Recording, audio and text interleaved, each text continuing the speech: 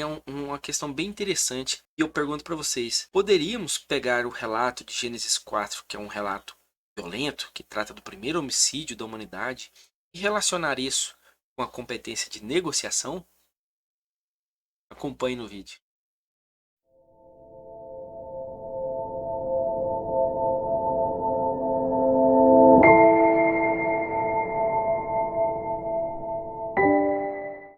Olá, tudo bem com vocês? Eu espero que sim. Para quem não me conhece, eu sou Haroldo Rezende. Para você que já é inscrito, meu muito obrigado. Para você que não é, peço considerar se inscrever. Então, pessoal, dando continuidade aos nossos estudos preliminares acerca de lições bíblicas para gestores.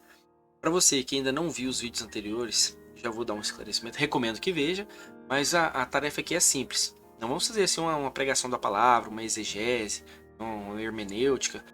O que eu proponho aqui é fazer uma leitura do texto bíblico, do relato bíblico, nesse caso Gênesis 4, apenas desse texto, e fazer uma leitura como se isso fosse um estudo de caso do viés de gestor, considerando a minha experiência, a minha formação, a minha vivência, aquilo que eu aprendi. Então, a partir deste viés de gestão, fazer uma leitura do texto bíblico extraindo lições. O objetivo também não é aprofundar nessas lições, é extrair essas lições. E claro, se vocês acharem importante que a gente discuta um pouco mais, discorra um pouco mais sobre essas lições, deixe aqui nos comentários. Uma outra coisa é que a gente sempre faz uma apresentação para esses estudos. Vou mostrar aqui para vocês, ela já está na tela. E essa apresentação estará disponível para vocês também lá no meu site e vai estar aqui na descrição do vídeo e a bibliografia utilizada, tá, pessoal? Então convido vocês a gente fazer essa reflexão para ver se a gente consegue identificar essa competência de negociação. Assim, aqui vale também mais um esclarecimento. Para que eu possa extrair essas lições com base na minha experiência, na minha vivência, na minha formação, eu preciso fazer um panorama do texto bíblico, tá? Para que fique compreensível, né? Não adianta eu chegar aqui e falar assim, feedback efetivo, né? Sem mostrar de onde eu estou tirando ou fazendo esses apontamentos, tá, pessoal? Mas, caso vocês queiram mais detalhes, recomendo que leiam o texto bíblico também, ok? Então, qual que é o panorama? A gente tem aqui o primogênito, é o primeiro filho de Adão e Eva, é Caim, e ele é agricultor, ou seja, ele herdou a profissão do pai. Depois nós temos também o caçula Abel, buscou outros caminhos, ele se tornou pastor. E aí, em determinado momento, né, não dá para falar quando, mas eles resolveram trazer ofertas a Deus. Então, dizendo de outro modo, eles resolveram trazer resultados da produção para o gestor, né, para o líder, para o CEO. Eles pegaram tudo aquilo que era de competência deles produzir, fazer, né, e trouxeram, né, amostras, ou trouxeram os protótipos, ou trouxeram o exemplar. E aí o texto diz assim: Caim trouxe do fruto da terra ao Senhor. Ele era agricultor, então ele trouxe do fruto da terra. Frutas, cereais, farinha, alguma coisa nesse sentido. E Abel, o texto diz, trouxe das partes gordas das primeiras crias do seu rebanho. E aqui a gente já consegue notar duas diferenças entre esses dois, vamos dizer assim, técnicos. Enquanto o primeiro trouxe do fruto da terra, tipo assim, coisa simples, pegou lá as amostras e tá dando feedback, o outro trouxe das partes gordas, ou seja, não foi qualquer parte, foram as melhores partes. Para quem, por exemplo, gosta de churrasco, imagina uma picanha sem a gordura, não faz muito sentido. Então trouxe das partes gordas, das primeiras crias do seu rebanho, da cria mais jovem, que tem a carne mais tenra, mais macia, mais saborosa. Ou seja, enquanto um trouxe algo simples, vamos dizer assim, de qualquer jeito, o outro buscou trazer o melhor. Falou assim, não vou pegar qualquer, vamos pensar assim, a ovelha, vou pegar qualquer ovelha, vou pegar aquela mais jovem, né, das primeiras crias, e vou pegar as melhores partes, né, e vou apresentar. Então, assim, diferença entre o nível de entrega. E aí o gestor tem que estar preparado para poder avaliar diferentes níveis de entrega. É muito importante, não pode colocar todo mundo na mesma régua. Né? Um está entregando mais, outro está entregando menos, e você, rapaz, beleza, ó, muito bom o trabalho da equipe, valeu. Não é bem assim. E é o que aconteceu. O que o texto nos mostra? Que aí o gestor recusou a oferta de Caim, né? Os resultados, o produto de Caim não se agradou. Ele falou, Caim, isso aí não ficou bom não. Trouxe de qualquer jeito. Enquanto o de Abel, ele já se agradou, né? Falou, opa, esse aqui sim, esse aqui eu gostei.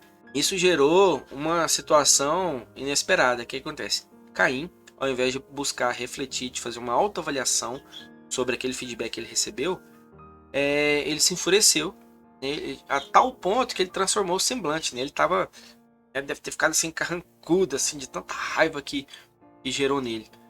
E aí o gestor, como a gente viu nos estudos anteriores, Deus é um gestor que ele está sempre presente junto à equipe. Ele não está só olhando planilha, ele não está só olhando relatório, ele não está ali só na mesinha dele olhando BI e cobrando por e-mail, não. Ele está olhando os resultados e está olhando quem está produzindo os resultados. E aí ele vem com uma postura empática, né? Por que você está furioso, né? Por que seu rosto se transformou? Obviamente que ele sabe o motivo, que foi em razão do feedback, mas ele está estabelecendo, né, um canal de comunicação. E aí ele já vem com feedback construtivo. É tipo assim, se você não fizer o que tem que ser feito, ou se você não fizer, você não buscar excelência, você acha que a gente não vai, você acha que isso não, que eu não vou aceitar aquilo que você está entregando?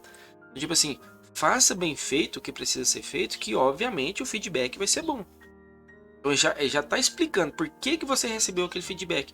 E de repente a pessoa, o técnico, ele não tem o costume de fazer uma autoavaliação da sua postura ou das suas entregas. Então ele acha que tudo que ele faz está bom, está perfeito, está excelente. Até que chega o ponto em que ele recebe um feedback e fala, ó, não é bem assim. E aí se ele não trabalhar algumas habilidades comportamentais, chega nisso aqui que está acontecendo. Ele estava num pensamento de que era tudo muito bom, que era simples, que era daquele jeito mesmo, e aí, de repente o gestor vem falar, olha, não é assim. E aí ao invés de refletir sobre as circunstâncias e o comportamento dele que levaram ele a receber aquele feedback, não, ele fica irritado com quem já estava mais esperto, estava mais ligado, né, naquilo que era necessário.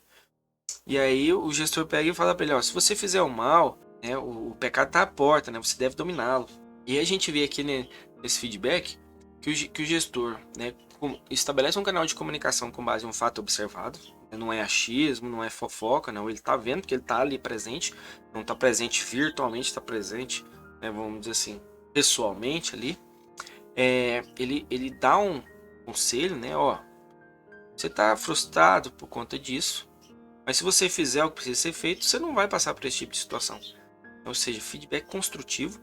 E aí ele ajuda ele a se desenvolver, né? Olha só. E aí, nesse caso a gente vê um gestor atuando como líder também, né? Penso eu, né? Deduzo eu. Ele falou, ó, se você fizer o que é errado, né? Você tem que tomar cuidado, porque você tem que dominar esses comportamentos, esses sentimentos que você está tendo. Se você está muito furioso, você está aí revoltado, né? Eu estou te mostrando o que aconteceu. Aí cabe a você dominar esses seus sentimentos e buscar mudar seu comportamento. Você tem que dominar, e no caso o pecado está à porta, você deve dominá-lo, você não se renda, né, não se entregue ao caminho mais fácil, ao caminho errado, como os outros gestores fizeram, que no caso eram os pais dele, né, que se desviaram lá e se deixaram serem enganados pela serpente. Então, a atuação de Deus no que diz respeito a feedbacks, até aqui nesse quarto estudo, é excelente, sim.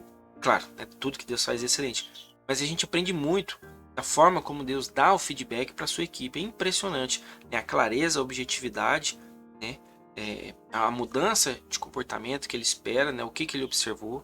Nós temos que levar isso para nossa prática diária enquanto gestores também. E aí, Caim, o que acontece? Ele ouviu o feedback, ouviu o feedback do feedback, ouviu os conselhos, mas por algum motivo ele tomou uma decisão diametralmente oposta. Ao invés de fazer um planejamento para mudar as entregas que ele estava realizando, ou seja, beleza, vou seguir aqui o exemplo de Abel, vou melhorar aqui minha oferta, vou trazer os melhores produtos, né, vou fazer uma oferta de cereais, alguma coisa diferente. Não, ele fala, vou eliminar quem está subindo o ponto de corte. Isso é muito comum também nas equipes que têm um grau de maturidade muito baixo. Alta competitividade sem maturidade caminha para conflitos, penso eu, né, deduzo eu.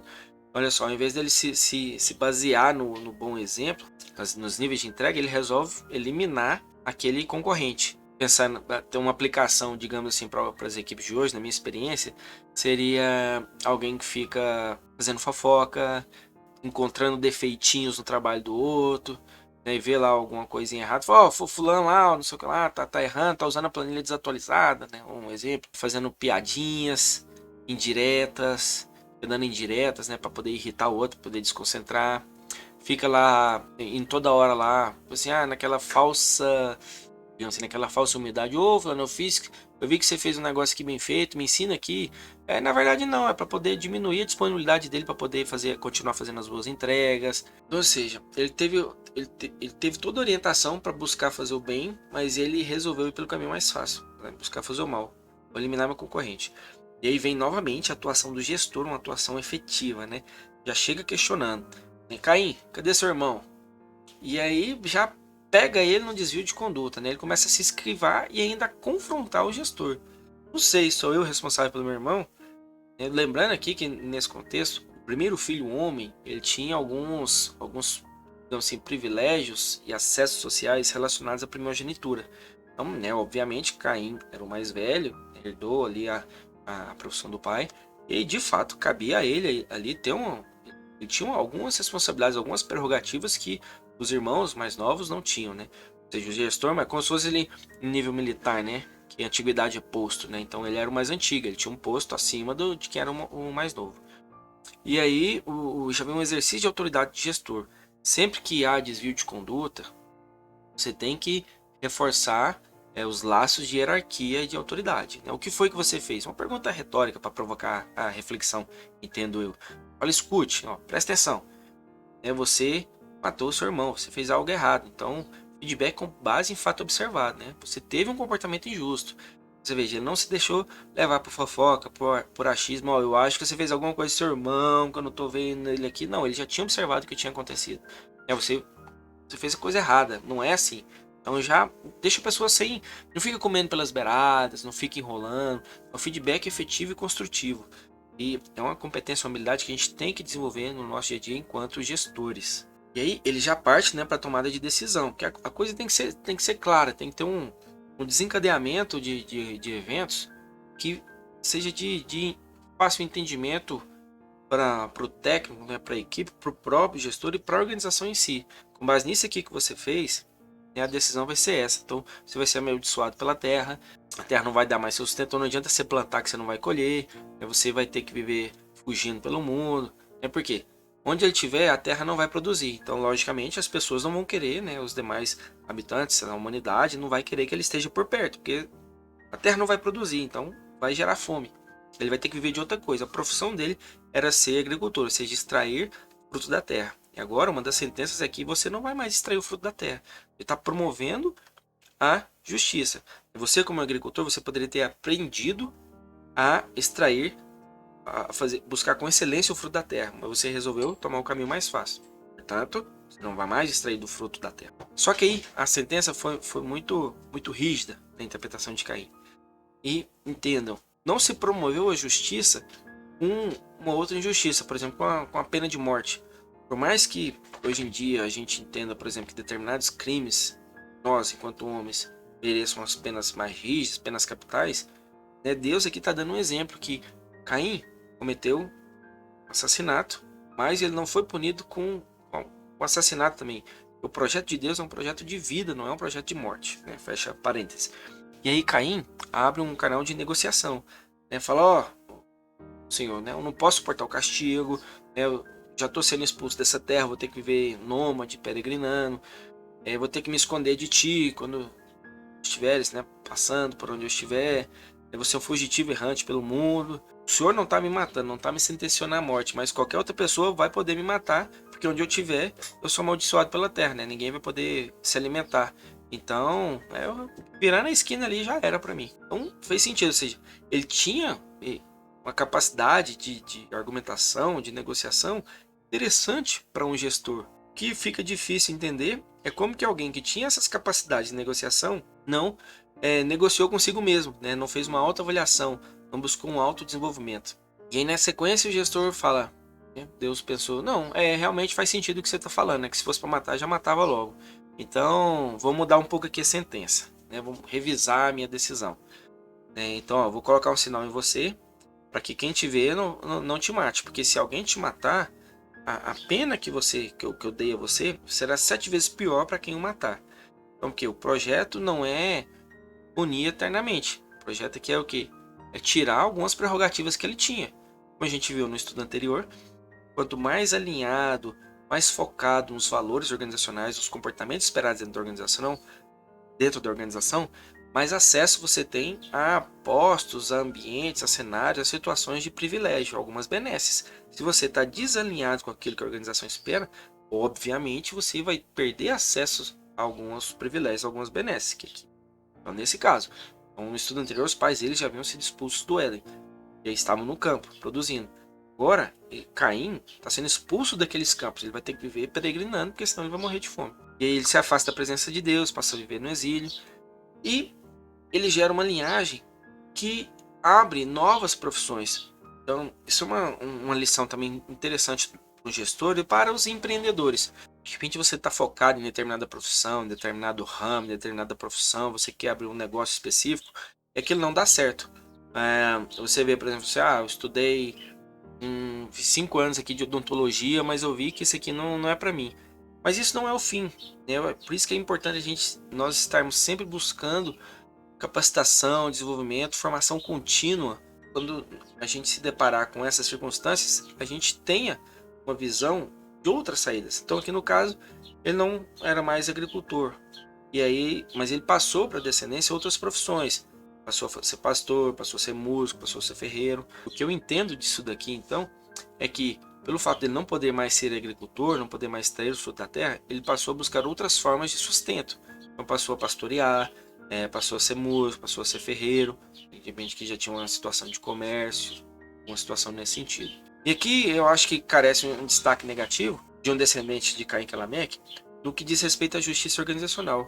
O como é importante a gente estar sempre interligando a cultura e o clima organizacional com a justiça organizacional, com o desenvolvimento, capacitação, formação continuada dentro da organização. Porque Lameque, ele foi um mau exemplo de conduta, porque ao invés de utilizar situações anteriores de aprendizado, ele usa isso para justificar comportamentos inadequados. Muito provavelmente ele estava caminhando bem afastado do gestor, né, que no caso aqui era Deus, estava bem separado daqueles valores organizacionais, porque senão não teria chegado, por exemplo, aqui na questão da bigamia. A gente viu em estudos passados que a regra era simples e clara: deixará homem, mulher, pai e mãe, se unirão em uma só carne, constituirão família e gerarão descendência. É simples, família é isso. Primeira instituição que foi criada. E aí, Lameque pega 2 esposas, 2 mulheres. Então, já comprometeu uma regra base. Uma regra base e básica, né? E além disso, ele promovia violência. Ele matou 2 pessoas. E aí, para justificar esse mau comportamento, ele faz uma interpretação equivocada, uma autojustificação daquilo que aconteceu com Caim. Mas não, Caim matou o irmão e se alguém encostar nele vai ser vingado 7 vezes. Eu matei 2, então vou ser vingado 77 vezes. E não faz muito sentido. Então, quando a equipe está trabalhando sem uma supervisão direta de um gestor e de um líder, a tendência é que as condutas eles passem a adequar as condutas desviantes, que é errado, né? Tem que ter consciência, não ficar se auto-justificando para fazer a coisa errada, mas sim buscar sempre fazer a coisa certa. Por isso a importância, capacitação, desenvolvimento, formação continuada.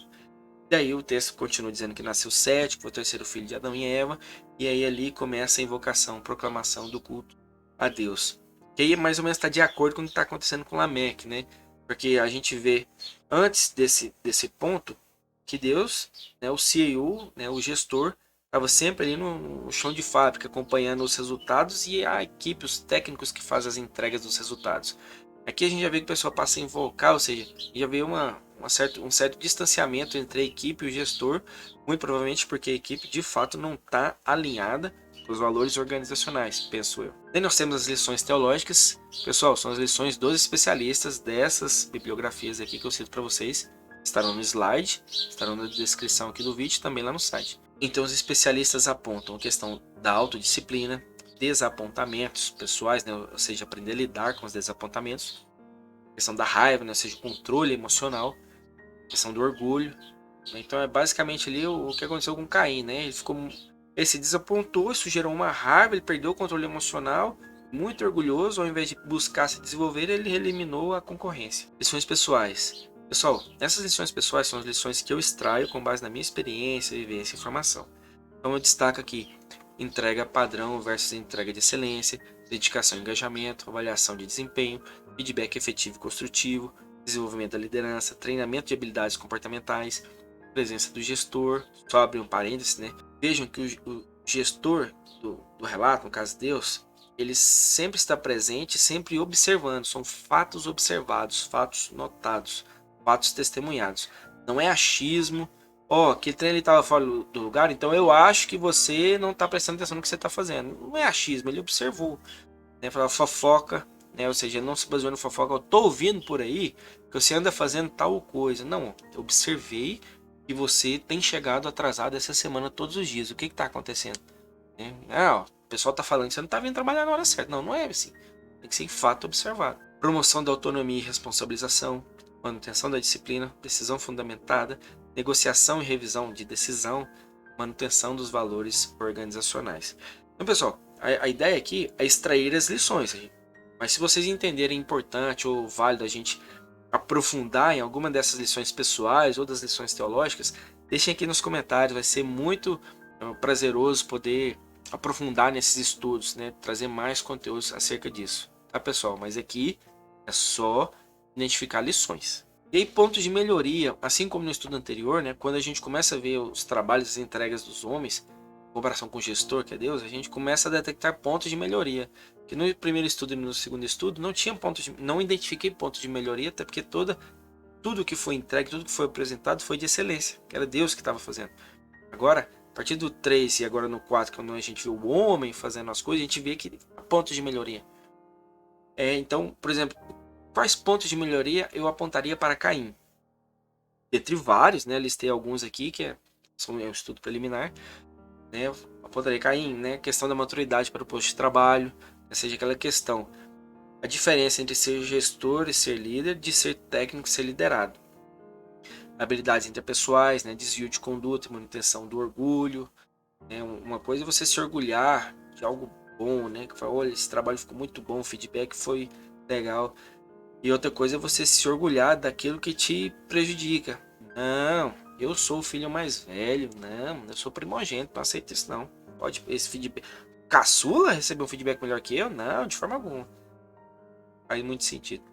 Ausência de autoavaliação e capacitação, né? Investir, né, na capacitação, desenvolvimento e formação para coibir o desalinhamento da conduta com os valores organizacionais.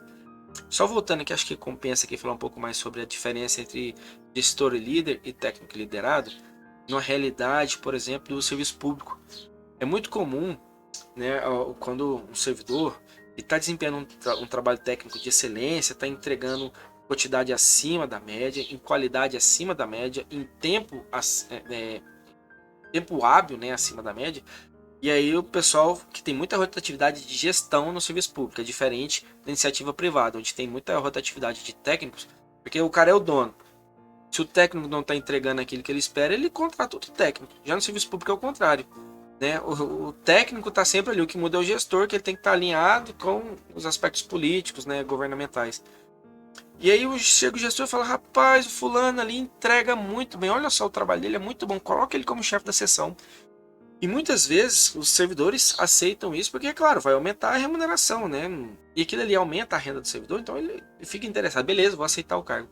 E aí ele descobre, né? O chefe dele, ele, né? A equipe, as pessoas descobrem que as competências para ser um bom técnico, ser um bom liderado, ser um bom servidor, pegar um trabalho de excelência, não são as mesmas competências para ser um bom gestor e um bom líder. Você precisa desenvolver novas competências, novas vivências, novas atitudes para você ter comportamentos de gestor e de líder. E muitas vezes o que era um bom técnico passa a ser um péssimo gestor e passa a não entregar aquele bom trabalho que entregava como técnico.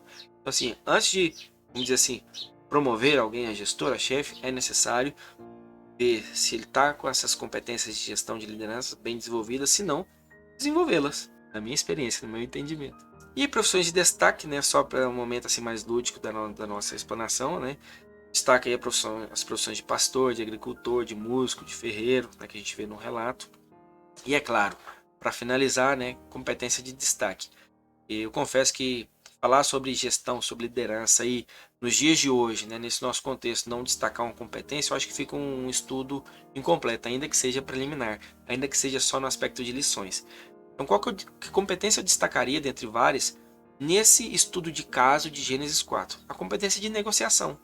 Então, respondendo ao nosso questionamento do início do vídeo, eu diria que A negociação é a capacidade do gestor de argumentar e contra-argumentar com elementos concretos, fatos, evidências e empatia, de forma que haja engajamento ou ganho para ambas as partes. E aí, coloco uma observação aqui também, que não faz parte dessa descrição, que essa competência de negociação ela pode ser mais específica para algumas situações mais específicas. Por exemplo, pode trazer elementos a mais se for um contexto de finanças, se for um contexto de negociação para vendas, se for um contexto de negociação para conciliação, se for um contexto de negociação para resolução de conflitos, dentre outras circunstâncias. E também isso varia de instituição para instituição. Então, em Gênesis 4 é possível correlacionar o relato, o estudo de caso com competência de negociação, porque a gente vê claramente Caim negociando com Deus, a pena, a sentença, a decisão que foi tomada. Então, pessoal, é isso. Para você que acompanhou até aqui, o meu muito obrigado. Por favor, se fez sentido, se gostou, não deixe de se inscrever, de compartilhar, de dar um like, de mandar para os seus amigos. E se, dentre as lições pessoais, você acha que tem alguma que pode ser melhor explorada, deixe aqui nos comentários, vai ajudar nesse projeto. Muito obrigado, que Deus abençoe e até a próxima.